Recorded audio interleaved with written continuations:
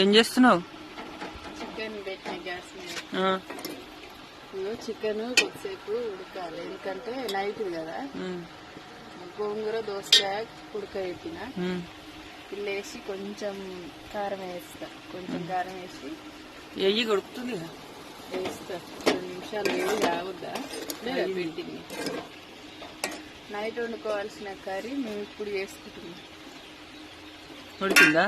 ఉడికింది. గోంగూర అయితే వేస్తున్నాం. మరి మీకు ఎంతమందికి ఇలా చేయడం తెలుసో కామెంట్ చేయండి, మాకైతే చాలా ఇష్టం. ఒకసారి లేకపోతే ట్రై చేయండి, బాగుంటుంది. నిజానికి నాకైతే ఇంట్లో అందరికీ చాలా ఇష్టం.